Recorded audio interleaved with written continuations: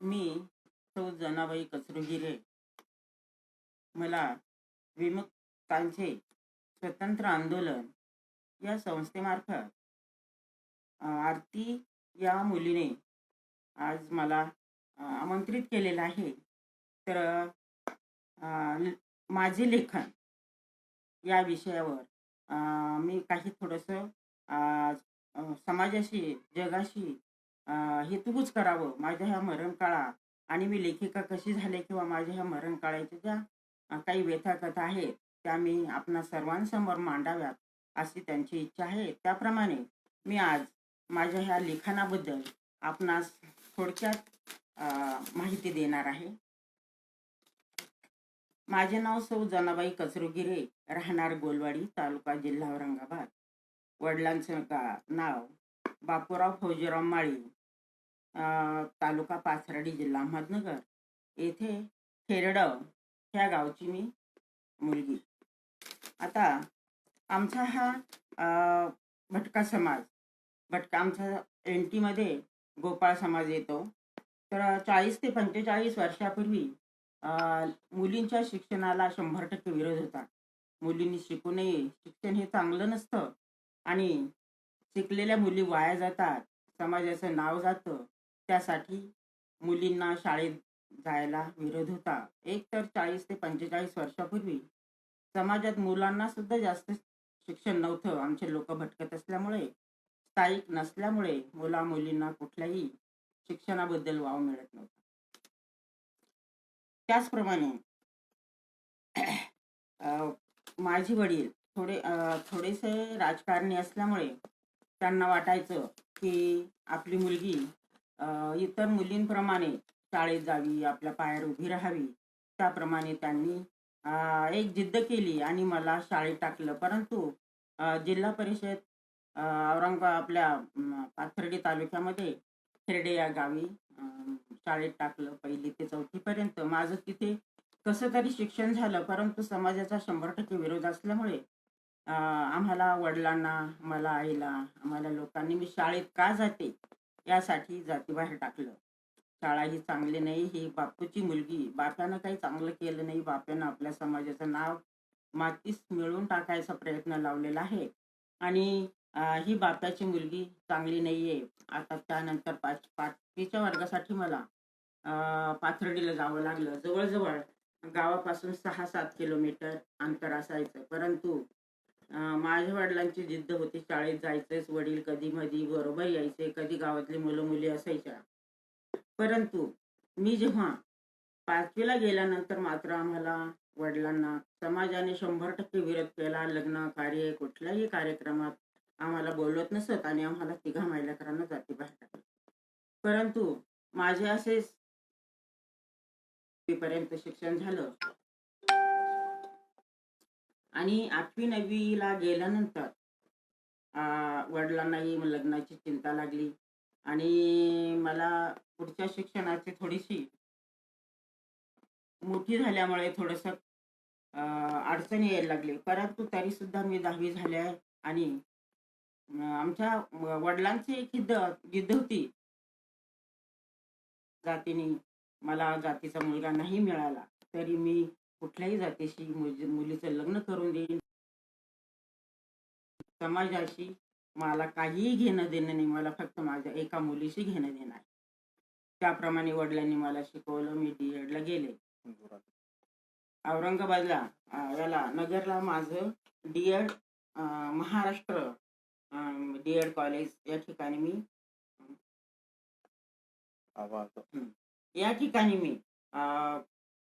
DED college second इयरला असताना औरंगाबाद गोलवाडी छोटंसं गाव आहे, तिथले कचरुगिरे त्यांनाही शिकलेल्या मुलीची गरज होती. त्यामुळे त्यांच्या घराचा आणि माझ्या वडिलांचा थोडासा संबंध आला, ओळख झाली आणि आमचं लग्न जमलं. परंतु त्या विघ्न आले आणि 4 वर्षानंतर आमचं लग्न झालं. तोपर्यंत माझं DED सेकंड इयर असल्यामुळे मला आमचं दोन्ही घरची परिस्थिती खूप बिकट असल्यामुळे माझं सासरमध्ये तर एक टाइम खायचं, एक टाइम उपाशी राहायचं. अशी परिस्थिती होती. तेव्हा सर्वांना वाटायचं की हिने पटकन कुठेतरी नोकरीला लागावं. मी चे रिझल्ट लागल्याच्या अगोदर मला नोकरीचा कॉल आला. कन्नड तालुक्यामध्ये रेल या गावी माझी पहिली अपॉइंटमेंट झाली आणि वडिलांचं स्वप्न साकार झालं. सासरचे माहेरचे सगळे खुश झाले आणि माझ्या छोट्याशा गोलवाडीतल्या सर्व लोकांना माझ्या ह्या नोकरीचा खूप आनंद झाला. मी आता नोकरीला जाऊ लागले. माझं थोडस आर्थिक परिस्थितीला माझा थोडा हातभार लागू लागला आणि माझी त्या ठिकाणी 5 महिने मी सर्व्हिस केली आणि नंतर गावाकडे बदली झाली. अशी माझी वाटचाल सुरू असताना मी 88ला माझ्या एवढा भयानक ऍक्सिडेंट झाला तर माझ्या डाव्या पायाचे 2 तुकडे झाले मांडीच्या हाडाचे. त्यावेळेला मला 3 मुलं होते. माझा मोठा मुलगा सतीश, दुसरा प्रशांत आणि तिसरा संदीप. असे मला 3 मुलं होते. मला असं वाटलं आता मी या ठिकाणी मी तर काही जगणार नाही, परंतु माझ्या 3ही मुलांना मी आता वनवासात टाकून जात आहे. अशी माझ्यावर इतकी भयानक वेळ आली होती. परंतु दैवयोगाने मला इतका छान डॉक्टर भेटला, पटवर्धन डॉक्टर औरंगाबादचे. त्यांनी मला 2-3 महिन्यात माझ्या स्वतःच्या पायावर चांगल्या पद्धतीने मला उभं केलं आणि माझी पुन्हा सर्व्हिस सुरू झाली. आमच्या ह्या समाजामध्ये मुलींना शिक्षण नव्हतं हे तर आहेच, परंतु जी मी शिकले, मी नोकरी केली, परंतु माझी नोकरी ही राहणं, नोकरी सर्वच अगदी संकटातून पार पडत होतं. अशी नोकरी करत असताना असं वाटायला लागलं की मला ज्या वेळेला माझा ऍक्सिडेंट झाला त्यावेळेला युनिव्हर्सिटीचे प्राध्यापक सुखराम हिवराळे सर, डोळ सर हे मला भेटायला यायचे आणि मला सांगायचे की बेटा, तुझं लहानपणापासूनचं जे आयुष्य दगदगीचं गेलं, वाईट गेलं, भटक्या समाजामध्ये तू जन्म घेतला, तुझ्या मिस्टरांचे सुद्धा तसेच हाल झालेले आहेत, तेव्हा तू हा वेळ वाया न जाता एखादं पुस्तक लिहून काढ, तुझं एक पुस्तक खूप छान होईल. त्याप्रमाणे मी त्यांचा मान ठेवला आणि मी मरणकाळ हे पुस्तक 2 महिन्याच्या आत अगदी सत्य घटना लिहिल्या आणि त्याचं प्रकाशन केलं. त्या पुस्तकाला मला हिवराळे सरांनी प्रस्तावना दिली. त्यामुळे पुस्तक माझं झाल्यानंतर प्रकाशन झालं, सर्व काही व्यवस्थित झालं आणि ह्या पुस्तकामुळे मला चांगल्या माणसांची, तज्ज्ञांची एवढी जवळीक आली की माझं जे आजपर्यंत जे काही वाईट दिवस गेले, जे काही कष्टाचे दिवस गेले, त्याचं खूप मोठं आकाश एवढं मला फळ मिळालं. आणि आमच्या भटक्या समाजामध्ये जे काही मुलं मुली शिकतात त्यांना पूर्वीच्या काळी 40-45 वर्षापूर्वी फक्त मी एकटी शिकलेली आहे. मीच पहिली मुख्याध्यापिका, मी पहिली शिक्षिका, मीच पहिली लेखिका हा प्रकार झालेला आहे. परंतु आज बऱ्यापैकी मुली शिकतात, मुलंही शिकते आणि जरा स्थायिक लोक झाल्यामुळे थोडासा का होत नाही, परंतु समाज जरा सुधारणेच्या वाटेवर चाललेला आहे. तेव्हा माझं स्वतःचं कुटुंब मी शिकल्यामुळे सुधारलेलं आहे, यात शंका नाही. परंतु माझा पूर्णची पूर्ण समाजाला थोडासा का होत नाही, पण अनुभव असा आलेला आहे की मुली शिकतात, मुलं शिकतात, हे काय शिक्षण वाया जात नाही. माझ्यामुळं माझ्या समाजाला मला जितका पहिल्यांदा त्रास झाला तितका मला आज समाजाकडून चांगल्या प्रकारे मान सन्मान मिळतोय. माझं पुस्तक निघाल्यानंतर मला आमच्या समाजाने कॉलेजवर, शाळेवर सगळीकडे अगदी सन्मानाने बोलावत होते. मला माहिती विचारत होते किंवा माझ्या पुस्तकाबद्दल सर्व काही जाणून घेत होते. आमचा हा गोपाळ समाज आजही मागासलेला आहे. आजही त्यांना स्वतःचं अस्तित्व नाहीये. परंतु आमच्या समाजामध्ये नोकरीला मी आणि माझे मिस्टर दोघंही समाज कार्य करत असताना आम्ही सुट्टीचा सुद्धा वेळ मी वाया घालवलेला नाही. सुट्टीच्या दिवशी मी आणि माझे मिस्टर आणि काही आमच्या बरोबर बालण्णा यादव, आसाराम गुरुजी असे काही लोक आम्ही वाड्या तांड्यावर जाऊन प्रबोधन करायचो की बाबा, शिक्षण हे तिसरा डोळा आहे, शिक्षण हे वाघिणीचं दूध आहे. तेव्हा तुम्ही पण आपल्या मुला मुलींना शाळेत घाला. आमच्या मागासवर्गीयांचा मुलींच्या वर जास्त ते हे असतं, म्हणजे टेन्शन असतं. मुलगा हा घरात वंशाचा दिवा आहे, मुलगी हे लोकांचं धन आहे. त्यामुळे मुलींना आजही अजून सुद्धा 50% मुलींना तसं प्राधान्य, चांगल्यापैकी प्राधान्य असं मिळत नाही. तेव्हा आणखी माझ्या पुस्तकानंतर मी जे हे समाजामध्ये जाणं येणं सगळ्यांच्या 4 गावं किंवा बहुतेक मी महाराष्ट्रात बऱ्याच ठिकाणी फिरलेले आहे. माझे कार्यक्रम झाले आणि माझ्या ह्या पुस्तकाबद्दल मला कितीतरी शेकडो असे हे मिळालेले आहे, तर पुरस्कार मिळालेले आहे. तेव्हा मी ह्या पुस्तकामुळे तुमच्या आमच्या चांगल्याच लोकांशी गाठीभेटी झालेल्या आहेत. त्यानंतर मला हे लिखाणाची एवढी आवड लागली की मी छोटी असताना माझी आई, मावशी, आजी ह्या ज्या जात्यावर ओव्या बोलायच्या, गायच्या छानपैकी, तर त्या गाण्यांचाही मी संग्रह केलेला आहे. आणि भटक्या समाजापैकी मला असं वाटायचं आपण एकटो शिकलोय, आपण सुखानं 2 घास खातोय, परंतु कितीतरी जातीमध्ये आज भटक्यांच्या लोकांचे कुत्र्यासारखे हाल आहेत. उदाहरणार्थ मसणजोगी आहे. हा मसणजोगी मी लहानपणापासून मला त्यांची खूप भीती वाटायची. परंतु आज असं वाटतं, की हा मसणजोगी छोटे-छोटे बाळं, त्यांच्या बाया हे सर्व काही आपण इकडून प्रेत घेऊन जातोय. त्यांना जाळताय, सगळी व्यवस्था करताय. परंतु त्या मसणजोग्याला अशा परिस्थितीमध्ये, इतक्या वाईट बिकट परिस्थितीमध्ये, अंधारामध्ये स्मशानभूमीत राहावं लागतं. आणि तेव्हा मी माझ्यासोबत काही 4-4 कार्यकर्ते घेऊन जाऊन मी मसणवाट्यात जाऊन 4 तास बसून त्या मसणजोग्याची माहिती घेतलेली आहे. वैदूंची बऱ्यापैकी 7-8 लोकांची पारध्यांचे तर इतके बिकट हाल आहे की जिथे पोलीस पाहतात तिथे त्या पारध्यांना धरून लगेचच अटक करतात. मुलगा असो, बाई असो, माणूस असो.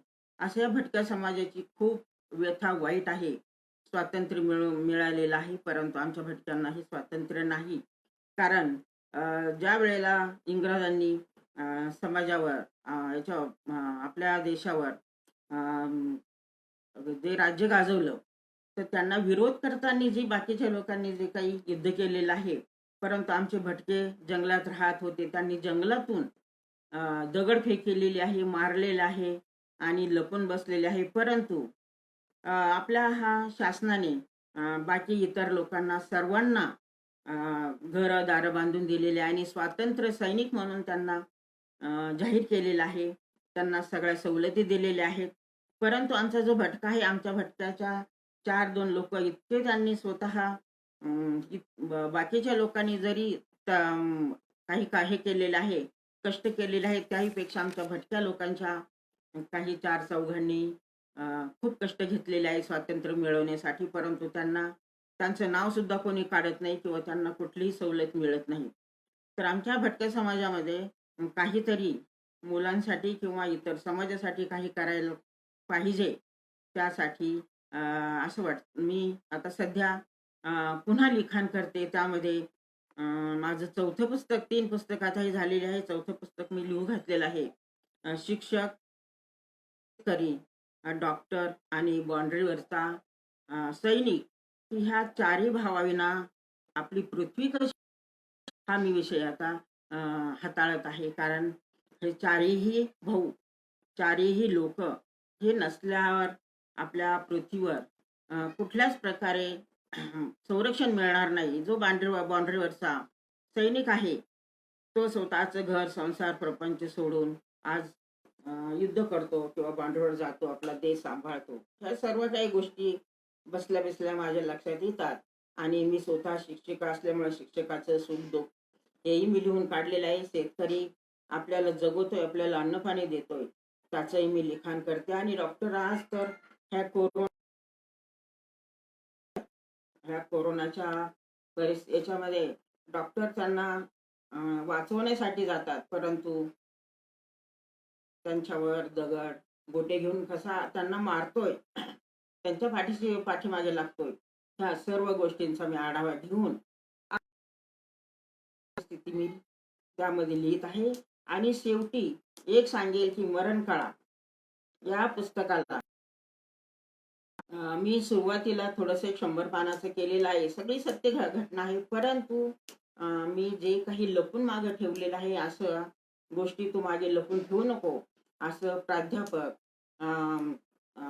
युनिव्हर्सिटी, औरंगाबाद युनिव्हर्सिटीचे लुलेकर सर यांनी मला सांगितलं की तू जे काही मागे राहिलेलं आहे हे सुद्धा तू लिहून काढ आणि ह्या पुस्तकाला तू पुन्हा चांगल्यापैकी वळण लाव. त्याप्रमाणे मी आता पुन्हा 80 ते 82 पानाचं त्यामध्ये भर घातलेली आहे.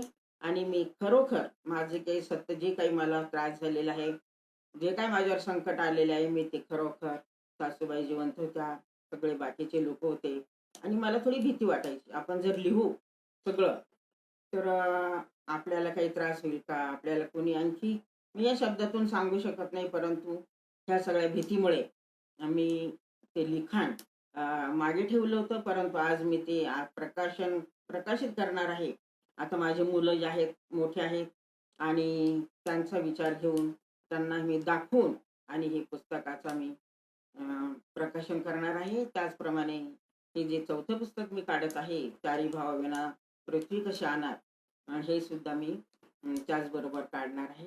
मी मरणकळा हे लिहित असताना मला काही दुःख, वाईट अनुभव बी आले आणि त्यामुळे मला चांगलं प्रोत्साहनही मिळालं. परंतु मी जेव्हा मरणकाळा हे पुस्तक लिहित असताना माझा ॲक्सिडेंट झाल्यानंतर मी एक मला चालता येत नव्हतं, हिंडता फिरता येत नव्हतं. मी एक निकामी झालेली बाई होते. रोज आपली शाळेत सकाळी उठून संध्याकाळपर्यंत धावपळ करायची. तर हे सगळं काही माझं थांबलं होतं. तेव्हा मी जे वेळेला शाळेतून येत असताना 30 एप्रिलला माझा ॲक्सिडेंट झाला आणि मी घरी रिक्षेत बसून आले. त्यावेळेला माझी मुलं छोटे छोटे होते. एक तर 3-2.5 वर्षाचाच होता, एक 4 वर्षाचा, एक 6 वर्षाचा. तेव्हा मी रिक्षातून खाली उतरत नव्हते. हा खूप भयानक गोष्ट आहे. मी रिक्षातून खाली उतरत नव्हते तेव्हा मला मुलं म्हणायला लागले, "अक्का तू खाली उतर." तर मी म्हटलं, "बाबा माझ्या पायाला थोडंसं लागलेलं आहे. तर मी थोडीशी दवाखान्यात जाऊन पट्टी मारून येते." परंतु त्यातला छोटा जीव होता तर तो काय म्हटला, की "नाही गं, तुझा पाय तुटला असेल म्हणून तो खाली उचलत नाही." त्यावेळेला मला माझ्यावर आभाळ कोसळलं होतं. कारण मुलांना, इतक्या छोट्या लेकरांना कसं कळालं, की माझी रोजची धावपळ, मी रिक्षेतून उतरून लगेच पळत पळत घरी जायचं, लेकरांना बघायचं, बाकीची घरची कामं करायची. म्हणून मी अगदी स्थिर बसून रिक्षेत होते. परंतु ज्या वेळेला मुलं बोलायला लागले त्यावेळेला अ, मला सगळं काही समोर असं वाटायला लागलं, की हे परमेश्वरा, आपण जर आज या दवाखान्यात जाऊन जर पाय बरा झाला, आपण जगलो तर बरं आहे, लंगडी-पांगडी होत नाही.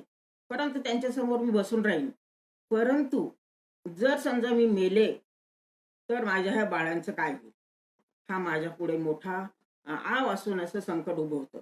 परंतु मला जे प्राध्यापक लोकांनी आणि मेन म्हणजे मी जर त्या संकटातून वाचले असेल, तर आम्ही एक जणाच्या घरात, देवचंद परदेशी म्हणून एक माणूस होता. त्यांच्या घरात किरायानं राहत होतो. तर त्यांना माहीत होतं, की पटवर्धन हा डॉक्टर हे बहुतेक 100% चांगला डॉक्टर आहे. त्यांनी मला अ, पटवर्धन डॉक्टरच्या दवाखान्यात नेलं, तिथे ॲडमिट केलं आणि खरोखर मला त्या डॉक्टरांनी वाचवलं. त्यांनी मला 2-2.5 महिन्यात चालायला लावलं आणि माझी आणि मुलांची भेट घालून दिली. तर हा मोठा प्रसंग खूप वाईट होता आणि याच्यातून मी सावरावं आणि माझ्या ह्या सगळ्याच संकटाचं, लहानपणापासून घडलेल्या गोष्टींचं काहीतरी फळ मिळावं, यासाठी मला युनिव्हर्सिटीच्या प्राध्यापकांनी जास्तच प्रोत्साहन दिलं. आणि माझे मिस्टर हे पण लेखक असल्यामुळं, की त्यांनी सुद्धा एक पुस्तक सुरू केलं, भटक्या म्हणून. आणि मी माझं मरणकळा बहुतेक त्यांचं आणि माझे सोबतच आम्ही लिखाण सुरू केलं आणि सोबतच संपवलं. परंतु बऱ्याचशा त्यामध्ये घटना अगदी सारख्या आलेल्या होत्या. त्यामुळे आम्ही बऱ्यापैकी माझ्या पुस्तकात काही ठेवल्या, काही त्यांच्या पुस्तकात ठेवल्या. तर पुस्तक लिहित असताना मला थोडं भीती वाटायची, की बाबा आपलं ही जगणं इतकं विचित्र आहे जग वेगळं आहे, इतर लोकांपेक्षा वेगळं आहे, इतर स्त्रियांपेक्षा वेगळी आहे मी. कारण मला कात्रीत सुपारी धरल्यासारखं जीवन जगावं लागत होतं. पुढे सरकते ते विहीर आहे, मागे सरकते ताड आहे, अशी माझी परिस्थिती होती. तरी सुद्धा मी जर लिहू तर मला लोक नावं ठेवतील का, समाज नावं ठेवील का, घरातले लोक त्रास देतील का, या भीतीनं मी लिहित असताना बऱ्यापैकी गोष्टी मागे टाळलेल्या आहेत, की बाबा ही जर गोष्ट आली तर मला याच्यावरून लोक त्रास देतील. तर मी हे भीत भीत लिहिलं आणि मला लिखाण झाल्यानंतर माझं जेव्हा पुस्तक बाहेर आलं त्यावेळेला मला अगदी हातावरच्या फोडासारखं पूर्ण युनिव्हर्सिटी, पूर्ण लेखकांनी आणि आमच्या समाजाच्या लोकांनी जे माझा तिटकारा केला त्यांनी तर मला खूप जवळ केलं. आम्ही ज्या वेळेला कार्यकर्ते एकत्र येत होते तर आमच्या समाजाचे एक अध्यक्ष आहेत माणिक लोणारे. तर ते माणिक लोणाऱ्यांना इतकं चांगलं वाटलं, कारण त्यांना स्वतःला 4 मुली आहेत, एक मुलगा आहे. ते नोकरी करत होते, आम्हीही नोकरी करत होतो. परंतु एक समाजामध्ये कोणीतरी एखादी लेडीज शिकून सवरून सगळं काही सहन करून पुढे येते, याचं त्यांना खूप मोठं सुख वाटायला लागलं आणि ते नेहमीच माझ्यासोबत राहायला लागले. आम्ही ज्या ठिकाणी कार्यक्रमाला जाऊ त्या ठिकाणी ते सुद्धा असायचे. आणि कोल्हापूर, सोलापूर, अ, बऱ्यापैकी नगर जिल्हा, प्रत्येक कॉलेजात मला बोलवण्यात आलं आणि माझी सर्व कहाणी अ, ऐकायचे. अक्षरशः कॉलेजची मुलं माझ्याशी एवढं हितगुज करायचे, बाकीचं भाषण ऐकण्यापेक्षा आमच्या प्रश्नांची उत्तरं तुम्ही द्या. आणि एक प्रसंग असा होता, औरंगाबाद जवळ एक कॉलेज आहे, त्या ठिकाणी लोलेकर सर एका वर्षासाठी गेले होते. आणि त्या ठिकाणी मग लोलेकर सरांनी माझं आणखीन बिनपाठाची चौकट आमच्या दोघींचे त्या ठिकाणी भाषण ठेवलं मुलांसमोर. खेड्याची मुलं, काही मुलींना तर शिकू देत नव्हते म्हणून त्या मुली थोडंसं नाराज असायच्या, तरी पण आई वडिलांना विरोध करून शाळेत यायच्या. तेव्हा लोलेकर सरांनी सर्व कॉलेजचे एक दिवस पूर्ण कॉलेजचे मुला-मुलींना एकत्र आणून त्यांनी सांगितलं, की मी तुम्हाला शिकू न देणाऱ्या, न शिकण्यातून शिकणारी मुलगी, अशा मुलीशी तुम्हाला मी गाठ घालून देतो. आणि त्याप्रमाणे आम्ही दोघी जणी त्या ठिकाणी गेलो. आणि त्या ठिकाणी गेल्यानंतर मला भाषण तर करू दिलं नाही, पण मुलांनी प्रत्येक एक एक मुलगा, एक एक मुलगी स्वतःचे प्रसंग सांगायचे. मुली सांगायच्या, आई शाळेत येऊ देत नाही. वडील शाळेत जा म्हणता, परंतु आई शाळेत जाऊ देत नाही. मी त्यांना सल्ले द्यायची. बाई काहीतरी सांगा. तुम्हाला जे काही रोज दिवसभरातून जो अनुभव येतो तो तुम्ही सांगा. अशा प्रकारे मला पुस्तकामुळे प्रत्येक मुलाशी, मुलीशी, प्रत्येक प्राध्यापकाशी, प्रत्येक व्यक्तीशी अगदी मला जवळीक आली. मला त्यात खूप सुख मिळालं. परंतु जरी आपल्या आयुष्यामध्ये आपल्याला घरामध्ये, स्वतःच्या घरात म्हणा, समाजात म्हणा, अडी-अडचणी, मी छोटी असताना शाळेत जात असतानाच मी एक प्रसंग सांगते तुम्हाला, की मी 6वी गेले. 5वीतून 6वी गेल्यानंतर मला मी शाळा शिकू नये असं जेव्हा माझ्या वडिलांना सांगितलं, माझे वडील काय ऐकत नव्हते. मीही ऐकत नव्हते. परंतु मग मला खतम करण्यासाठी आमच्या जवळच्या लोकांनी 3 लोकांना 3 बकऱ्या कबूल केल्या, की हिचे 3 तुकडे करून हिच्या बापाच्या रस्त्याला टाका. कारण त्या दिवशी माझे वडील घोडेगावच्या बाजाराला गेले होते आणि मी शाळेत जायची. शाळेतून येत असताना एकटीच असायची. कधी गावातली मुलं असायची. गावातली तर एकही मुलगी नव्हती शाळेत. फक्त मीच एकटी शाळेत जायची. तर शाळेतून येत असताना त्या दिवशी एक असं शाळेमध्ये 6वी-7वीला पूर्वीच्या काळी काहीतरी एखाद्या देवाच्या नावाने एखादा घंटा घालवायचे शाळेमध्ये. तर त्या दिवशी संतोषी मातेचा उपवास ठेवायला लावला आमच्या मॅडमनी आणि संध्याकाळी शेवटच्या वेळेला भजे केले वर्गात. प्रत्येकाने 10-10 भजे गोळा करायचे आणि भजे केले. आता ते भजे केले. मग आता बाई म्हणल्या, "बाई तू 4 भजे याच्यामध्ये कागदात गुंडाळून घे आणि पळ तुझ्या रस्त्याने." त्यांना माहित होती माझी परिस्थिती, रस्ता खूप दूर आहे, एकटीला जायचंय. मी रस्त्याला लागले. अर्ध्या रस्त्यात आले. नंतर मला 3 लोकांनी अडवलं. एकाने अडवलं सुरुवातीला. तो म्हणला, "पोरी तुझं नाव सांग." मी त्याला शिवी दिली आणि पुढे पळाले. मग पुढच्याने अडवलं. तो म्हणला, "पोरी तुला कळत नाही का, नाव सांग म्हणलेलं तुला." मग तो माझ्याकडे धावून आला, तेवढ्यात तिसराही आला आणि त्याने हातातून एक कपड्याचा बोळा घेतला, माझ्या तोंडाला लावला मला गप्प करण्यासाठी. परंतु आमच्या गावची एक पाटीलबा शेळके म्हणून त्याची बैलगाडी चालली होती. तो मला म्हटला होता की बाई गाडीत बस, खूप अंधार झालाय. परंतु मला पळायची सवय असल्यामुळे म्हणलं याची बैलगाडी कधी यावी, म्हणून मी आपली पळतच सुटले. तर त्याला मी मोठ्याने ओरडले. मी ओरडल्याबरोबर त्या पाटील शेळकेने ऐकलं. तर मला म्हणे बाई ओरडू नको म्हणे. त्याला वाटलं मला काहीतरी विंचू साप काहीतरी दिसलं. तो पळत पळत गाडी सोडून वरती आला आणि त्याला पाहिल्यामुळं ते तिघच्या तिघ भाऊ मला सोडून पळून गेले. नाही तर त्या दिवशीच मला ते मारून टाकणार होते.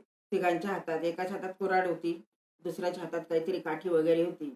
असे माझ्या जीवनात माझ्या जीवावर बेतणारे सुद्धा प्रसंग मी भोगलेले आहेत. परंतु त्यामुळे मला धाडस आलेलं आहे, त्यामुळे मला धीटाही आलेली आहे आणि त्यामुळे मी अशी झालेली आहे की कोणाला मारीन किंवा मरण याची मला आजही चिंता नाही. आजही मी स्वतः त्यामुळे मात्र माझ्यात मग खूप चिडचिड निर्माण झाली.